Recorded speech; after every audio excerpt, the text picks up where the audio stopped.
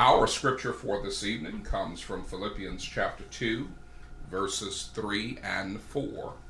Philippians chapter 2, verses 3 and 4. Have you ever had a day where something went extremely well, and perhaps on that same day something did not go so well? Have you ever had a day where you were both excited and at the same time filled with frustration? This happened on this day in 1976, July 20th, 1976. Shun Fujimoto, not a common name to us Americans, but Shun Fujimoto won the gold medal in the Montreal Summer Olympics. You would say, wow, what a great day for Mr. Fujimoto.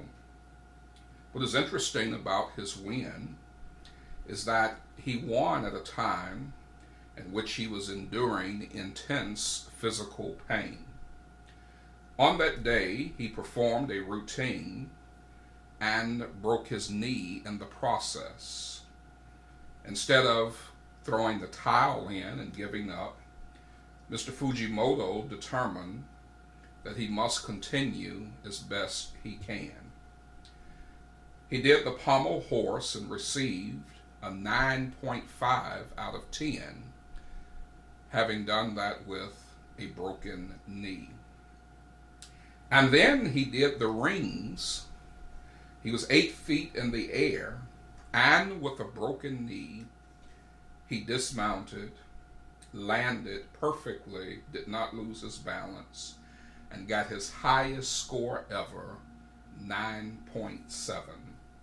And the team that he was on went on to win the gold medal by 1/10 of a point.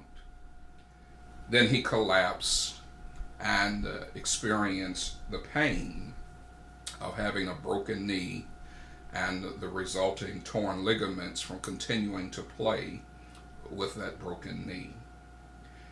What is interesting is doctors and others asked him, why is it you did not stop playing?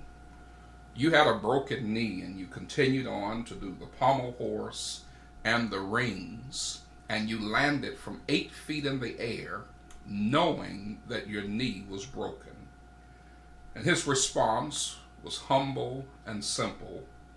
He said, I did not want to let my team down.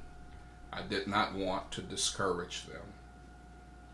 While we would certainly not encourage anyone to further their physical pain after such a traumatic experience, we certainly would hope that they would take the time to rest and to heal.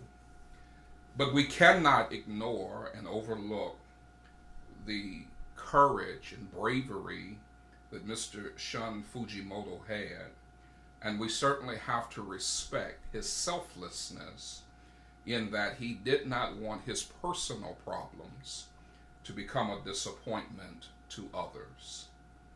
For this reason, we ask your attention to Philippians chapter 2, verses 3 and 4. Let nothing be done through strife or vainglory, but in lowliness of mind, that each esteem other better than themselves. Look not every man on his own things, but every man also on the things of others. I certainly have no knowledge of Mr. Shun Fujimoto's religious convictions, but I am thankful that he embodied the spirit of these two verses in that he did not make it about himself, but thought of others even at the expense of himself. You know people like I do in the church, in the family, on the job, who when they have a problem, they want everybody to come to a standstill and they want all attention on them. But what a brave and courageous thing to play through pain so as to not discourage others. We have to understand this passage and recognize that there is a problem in self-interest. When a person is so obsessed with themselves, they, number one, sabotage relationships. You cannot build a relationship when it's all about the person in the mirror. Second, you are ineffective for kingdom usage when the glory and the attention is on self as opposed to the king of the kingdom. Third, people who have such selfish interests are never happy or satisfied. They are in an endless pursuit of searching and seeking that which will make them happy and satisfy them, but like a drug, they never experience the high again. There is a privilege in being selfless, and that is, number one, serving others is so fulfilling and rewarding. It is a privilege to be in the life of others and to do things, to say things, and to represent yourself in the way that blesses others. Second, it imitates Christ.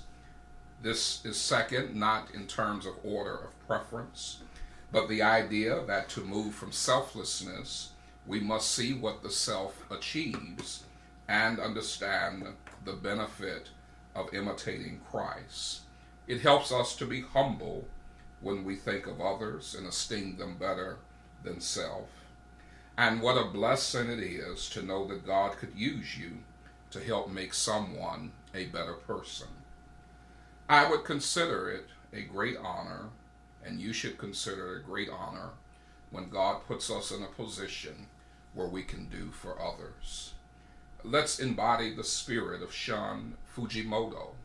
Certainly, we should not do anything to permanently inflict pain on ourselves, as his career did end, but we should have the selflessness that we're not going to let others down by focusing on ourselves, and to take that spirit and sometimes work through the pain for the benefit of another.